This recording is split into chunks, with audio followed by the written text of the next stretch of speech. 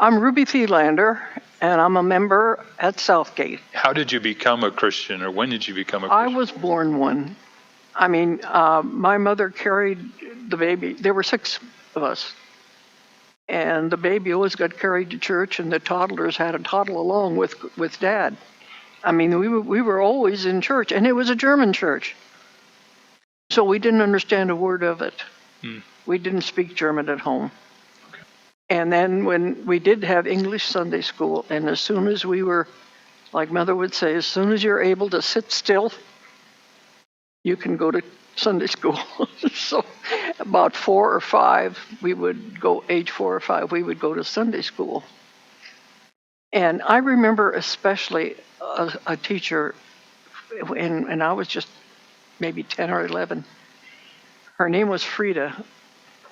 And the study for that particular time was on the Old Testament.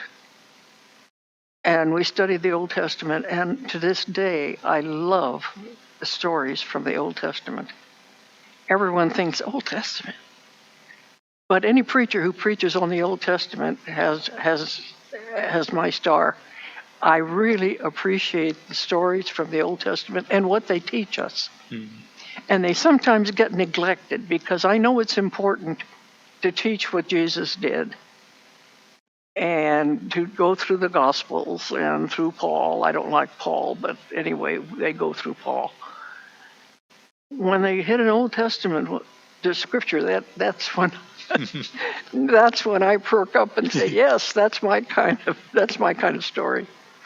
Which is, I know that's unusual, because kids don't usually pick up on those old things. Right. But I've always loved history. I didn't know I loved history, but I did love those Old Testament stories. And when you're 11, you get to go to the children's choir. So I happened to turn 11 on a Wednesday. I ran home from school and I said, Mom, I'm going to choir. And she said, no, wait a minute. I said, I'm 11 today. And they're practicing today, right after school. So I ran back to the church. The leader was Mrs. Brost. She was our pastor's wife, and very kind lady. And she welcomed me, a new singer, uninvited new singer, no audition new singer. But at any rate, I was there. And from that day on, I sang in the choirs. And then, of course, our Sunday school led into confirmation. And we had confirmation classes for a year. And then we were confirmed. We used a catechism. I was in a German Reformed church, and I always said, what are we Reformed from?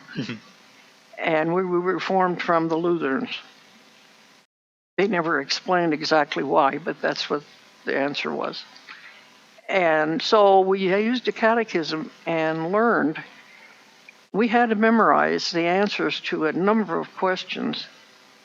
And then on it was Palm Sunday, we were confirmed. In front of the congregation, we were asked the questions, but we didn't know which questions we were going to have to answer. So we had to learn a lot of material. Catechism was very serious business for me. I took it very literally and bought the whole 9 yards. And that's what I've had to destruct, because it was very confining. It was the literal, old-fashioned translation of who God is. And I've had to take that apart and find out who God is on my own. That's what I was going to ask. I grew up in the Lutheran church, and I was going to ask about that, because we had to do the same thing. We stood up in front. We had to repeat back exactly what was in the catechism. Going back to that, did you question the answers? Does that make sense? At the time, but yet you had to just recite whatever they told you, right? Recite them, but I mentally took them apart. And I didn't share that with anyone. I was afraid I'd get kicked out of confirmation class. I don't know whether I would have or not. But I didn't, no one knew that I was struggling with the answers and how literal they were, and that I didn't quite buy it. Mm-hmm. But it did give me a background. All of the Sunday school and the confirmation gave me a good background into what religion seems to be to people. I have never been able to reconcile to a male God, even when I was little. I suppose it was because my father wasn't home. We lost my father to what we would now call PST. He was in the First World War. Oh, wow. At that time, they called it shell shock. Yeah. And so he, from the time I was 5, was in a veterans care. It's a whole city in Knoxville, Iowa. Okay. So he was not in the raising of us. It was my very strong mother who not only had 5, she had 6. He made her pregnant just before he was confined, and she had the strength of 15 people. Had a badly curved spine. That's where I got mine. But I remember she baked cakes and sold them to neighbors because I remember delivering them. But she had a wood stove. And the other day I put something in the oven and set it at 350, knowing it was going to be 350.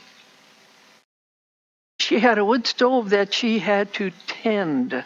This is what she called it. I've got to tend the stove. There's a cake in the oven. Don't jump around. There's a cake in the oven. I've got to tend the stove. And she did. She made sure that the right amount of wood and that it was all, the ashes were shaken so that the ashes would fall and the embers would brighten to keep that wood going to bake that cake. And they turned out beautifully. But my mother was a very strong woman. She died when she was 66, far too young. But she had used up her energy, her body. She was just had a stroke and died. That's where my strength had to come from. It was, Mom said, you need to be sure that you can take care of yourself. Her experience with Dad warned us. She had 4 daughters, 2 sons. Each one of us had to learn a trade, learn to do something that we could earn money and support ourselves at. And we all did. It's a very aware church. And I remember when we were all young people. I mean, we came over here when my youngest was 3, and she's 60. So we've been here forever. So we were all about the same age. We had a couple of retired couples or so when we started. So it was an interesting process to help with a start-up of a church. It was exciting. At least for me, it was exciting. Mm-hmm. Because we were all kind of in the same boat. We didn't have any money.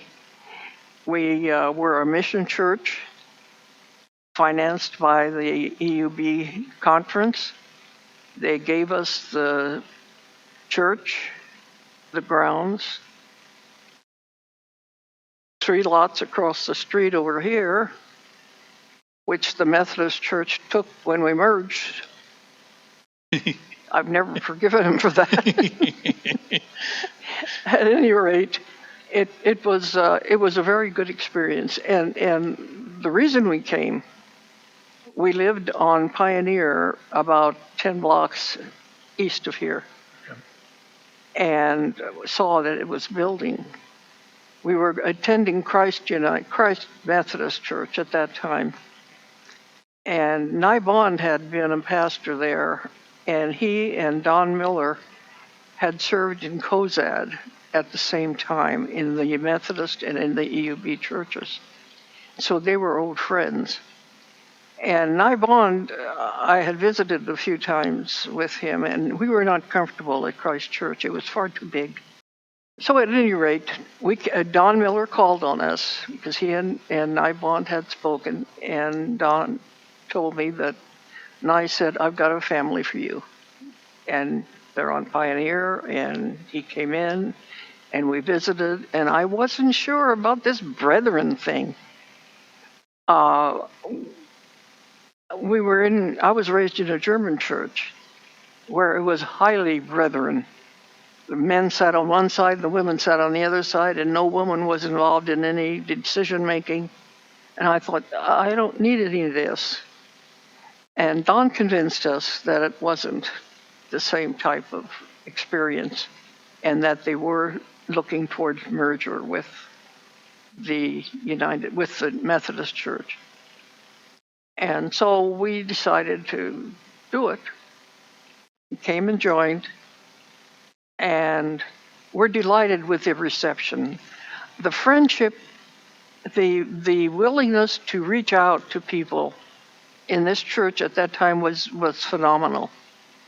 A new face walked in, and it was kind of a crowd of people around him because there's somebody new, you know.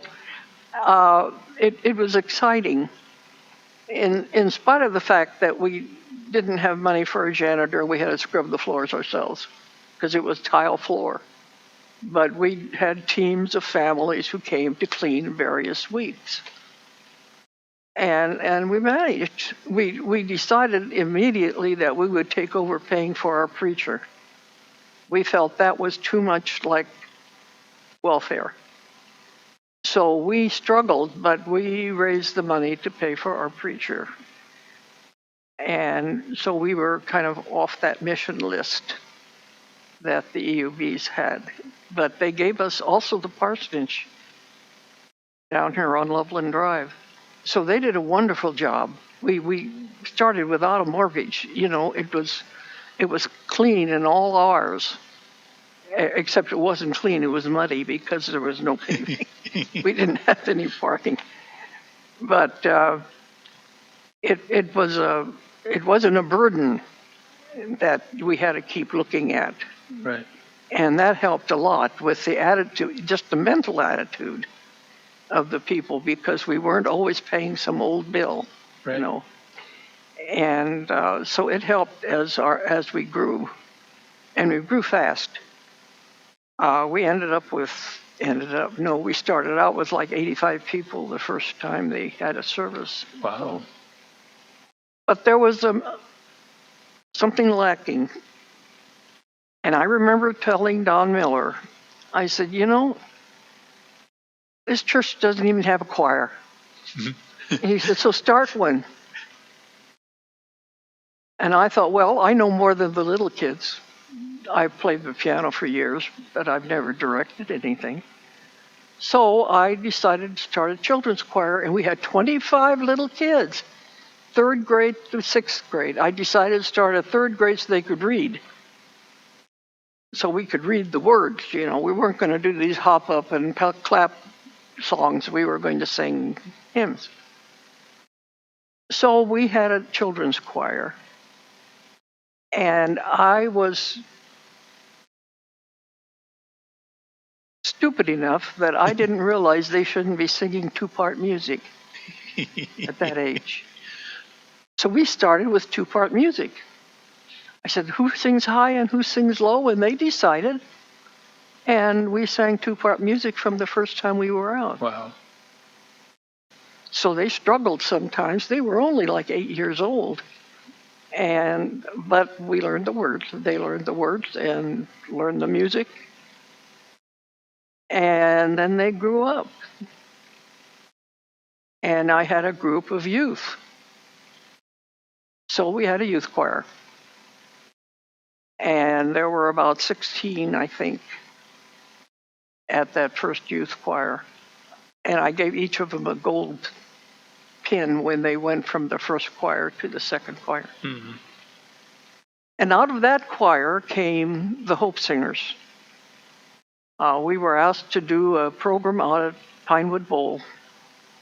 Someone had heard our choir. So I arranged the music so that we could use it for our three voices. And we did Bridge of Hope, the first one. It's an hour-long program. We did it out at Pinewood Bowl to a big crowd. The wind was blowing so strong that I had to have a piece of wood on each page of my notebook so that they wouldn't go. The kids could hold on to theirs, but I couldn't. Right. So we had two guitars. My daughter self-taught herself. My older daughter taught herself the guitar. And then she taught another boy from the choir how to play the guitar. So we had two guitars and the organ. So we presented it here, and it was well received. And then we did it at Pinewood Bowl, and it was a hit. And we got invitations to come various churches after that to do our presentation. And this was in 1971. That was a bad year. That was a year that I nearly lost it. My mother died in February 5th, on my birthday. And Don Miller, who by that time was a dear friend, they lived just 3 houses from us. So our kids played together all the time. So Don was very supportive when my mother died. And I was leaning because Mother and I were very close. In March, Don died. And I felt just left. In April, my favorite uncle died. Oh, gosh. So 3 of them in 3 months. Mm-hmm. And I was bereft. I spent a lot of time praying and didn't hear anything. I felt so alone that for a while I thought maybe there wasn't a God. Maybe that's all somebody's bright idea. And so I struggled through and then realized we would have to prepare another Hope Singer presentation. And that was a struggle because I decided on the music. And our first one was A Bridge of Hope, because that's the music that I got in Houston. It had to do with all of us are alone except there's a bridge, the bridge that we build to each other. And then the next one we decided was God Is. I decided I was going to figure this out. Mm-hmm. And so the music started out with this big question, because God is dead. That was about the time in the 70s where someone had decided God is dead. And so we struggled with that through the music and the dialogue. And did we count as persons? Mm-hmm. And we worked through the whole process of, are we important? Is there a God? And does it matter that there's a God? And so it was a resounding success. So we traveled. Myron Older King worked with us in finding places, churches that we would go to and spend an afternoon, well, not all afternoon. We'd go there for supper and then we'd sing afterwards, which is not the way you're supposed to do it. You aren't supposed to eat before you sing. But we didn't have any choice because this is what they were doing. They were serving this for us. And then we sang and did our hour program. And we did that all over Nebraska and a couple of places in Iowa and a couple of places in Kansas over the years. We did Hope Singers 5 years. Okay. Until I needed back surgery and I could no longer stand and direct.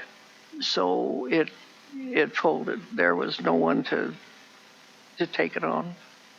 So it was a good experience for about 20 or 25 youth. And it kind of lit up this corner of Lincoln, because then when I was going to meetings for United Methodist Women, they'd say, "Well, aren't you the church with the Hope Singers?" I said, "Yes, I'm the church with the Hope Singers." And so, tell me about those Hope Singers, and so there would be another invitation to a church. So it was a good thing at that time, and it lasted, like I say, 5 years until I could no longer do it. But the support from Southgate in all of this has been outstanding. I worked for 40-some years as a personnel director. Now they call it human resources, in a corporation that had about 2,000 employees. And it was delightful work. And I retired from that, and all the while I was doing that, I was doing an awful lot of volunteer work through United Methodist Women, and so I continued and added to that while I've been retired. I've worked harder since I've been retired than I ever did when I was getting paid. My first experience in it was I was elected to the district leadership of United Methodist Women in Lincoln. And I was social concerns. That's always been my place. I mean, that's always what I argued for, was social concerns. And one spring they decided to have an event based on social concerns. And I decided, since I was chair, I decided that maybe what we need to do is learn what our legislature does here in Lincoln. And this was in 1975.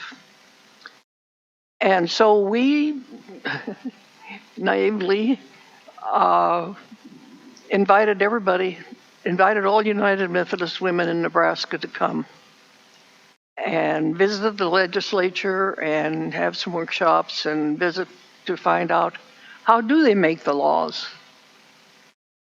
We got 300 women. They came in 2 chartered buses from western Nebraska. People are eager to learn, and we were overwhelmed. We were using scraps of paper for name tags. Yeah. We had run out of name tags at about 150, and so we were using whatever came along for name tags. Filled the entire balcony, got recognized from the floor. Of course, they knew we were going to be there. I had notified them that we were coming. I thought we'd have about 100 people, is what I told them. And so they were overwhelmed, and we got a standing ovation, and it was great. And then we adjourned to the office on the far side that the legislature doesn't use. They used it when it was 2 houses. And we had some speakers come in and talk about how the bills are written, how they are passed, the steps that they have to go through, which was completely new knowledge to most of the people. I had studied it previously because I've always been interested in the people who make my laws. And so it was very rewarding, and the evaluations that came back, it says, please do this again, please do this again. And of course, the next year, the district has to do different programs, and so they weren't interested particularly in doing another one. And I decided I was. And so that was the beginning of the 45 years that I had just completed a couple years ago as leader of the legislative day. So anyway, we've continued and went online when the pandemic struck, and I retired from that leadership, and they decided they needed co-leaders. They didn't have any idea what the detail involved and how much work that I had been doing. So when they saw the list that they asked for a list, what is it you do? Oh boy. They decided one person couldn't handle it. And so we have co-leaders, and then both of them became ill. Oh no. So we have struggled this year. If it weren't for the help that we're getting from Creighton University, keeping us online, I'm not sure where we would be, because none of us on the committee are fully into how to stay online, how to set up the workshops online. It's something that I don't want to learn. I'm tired of all of the new techniques. I can't even get a smartphone to work. So that's not my thing. And so someone else has to do that if we're going to do it. And we do have Creighton, and they're doing a good job for us. So, and the United Methodist Church has been very helpful in helping to finance. They financed a scholarship program for students. Now, at the university, we asked one of the professors to do a workshop, and he made it a requirement of his class that they attend. And they did. So that year we had a whole flock of students from the university. Every year we get between 15 and 20 Creighton students who come in from Omaha. They rent vans and they come in, and so they have been a big part of it. It's still going. We're going to have one on the 12th of February this year, and we've got all the leadership lined up, and it'll be online. It'll be on Zoom again this year. Yeah. This is the second year for that, so we're learning.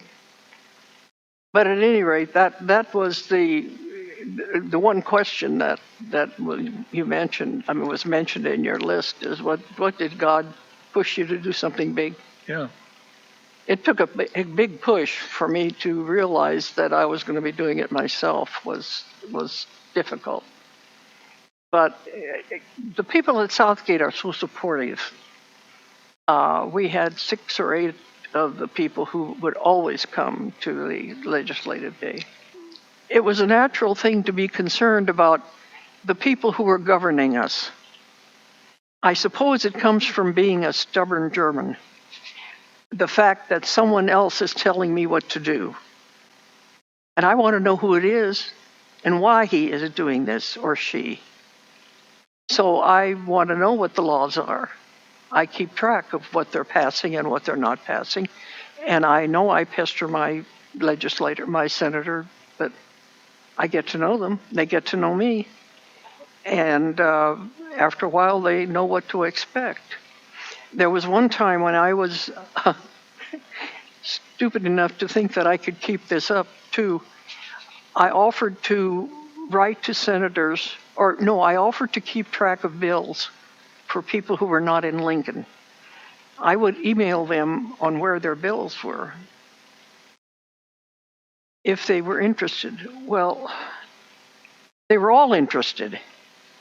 And it became too much of a load. But I got a call from a senator, and he said, do you have a following? And I had to stop and think of what he might be thinking about. I said, I don't know, that depends. What are you talking about? And he said, I get an email from you. He said, and then within 4 or 5 days, I get emails from all over the state. I said, I hope they're all not identical. He said, no, they're not. And I told him, and I said, well, evidently it's working. I said, this is what my intent was, that people from across the state would get in touch with the senators. Mm-hmm. So it wasn't just one voice howling from Lincoln. So it's been a natural. So I know that without, I'm not sure what I would do if I didn't have a project going. What I'm working on is my own senator. Bostar is my senator, and he's new. And so I'm training him. Oh. I worked on a project simultaneously with my full-time job and the legislative day, because I was looking at the dates and these things all came at the same time. I organized a daycare home project. The Women's Division had, in 1989, had a campaign for children was their theme for the year. And we had a workshop in Lincoln District, which I attended. I listened to the speaker and ended up in a small group with younger women who had children. And a couple of them were saying, if I could find a decent daycare that I could trust and that I could afford, I'd go back to work to help out our family because we are struggling. And then there were other people in that same group saying, I've got a couple of little kids and I would love to take care of a couple more in my home. I don't want to go to an institution where they have children. I want to do it at my home. Well, this resonated with me. Back in the committee, I brought it up. And I said, it seems to me that we should be able to do something to bring those two groups together. And I remember the president saying, well, why don't you figure it out? I said, all right. So I did. And decided that what we needed to do was to provide the opportunity to train the women to be daycare providers in their homes. And so they assigned me a committee of about 5 people, and we called a meeting, and I had, by that time, looked at the detail and realized we would need to get some grants somewhere to finance the training. Trainers had to be paid. Actually, Joyce Harb, Fred Harb's wife, worked for Family Service. She was here, a member of this church, and I visited with her, and she said, we've got trainers. She said, but we don't have any place to have classes. I said, I do. I've got lots of churches. So I brought this to the committee, and they said, right, I've never written for a grant. I said, I haven't either. And gee, then what? I said, well, then we have to prepare a brochure. We have to get it out to where people will see it at various welfare groups where the women will come for help. Well, that sounds so much work. One by one, I lost him. And so I spent a lot of hot hours writing for grants because I had never done it. I finally got one together for Woods Foundation and I sent it to them, and they called. And I thought, great. And he said, well, I have some questions. And I thought, well, that shot that. So he said, I want to know what you do for overhead. And I said, you don't understand United Methodist Women. United Methodist Women are volunteers. I said, I am volunteering my time. I have an office in my home. What else do you need? He said, oh my goodness. And he gave me the $10,000. Oh gosh. So that started us off. We set them up. It was 6 sessions. Monday nights, 4 Monday nights, and 1 8-hour Saturday. And I lined up the churches to host, and the United Methodist women in the church to take care of the little ones that they would have to bring to get the training. So it worked. So for 11 years, we trained people. I kept track. We trained over 100 women. That's complete training plus getting them licensed in Nebraska, which is strenuous, more strenuous than any other state in the area. Getting them trained by the Red Cross for CPR and first aid, which is also required before you get licensed. And then we provided a rental service. This was kind of unique. We bought equipment, cribs, a variety of things that they would need. And we gave it to them and asked for 2/3 of the cost back. So we had an ongoing fund because we would buy it and then we'd get 2/3 back. And Shopko, when they were over here on 27th, were very helpful. They were the only store that would buy the stuff and store it until people came to pick it up. So that's the one we used. And we used that all during the 11 years. We did our rental. We called it a rental, and it wasn't quite. It was a rent-to-buy kind of thing. But we always had a running group of about 100. And we did it in Vietnamese twice. We had an interpreter. We did it in Spanish twice, once in Omaha and once out in Grand Island. And then we did it at the Winnebago Reservation. So we covered a lot of territory and a lot of different kinds of people.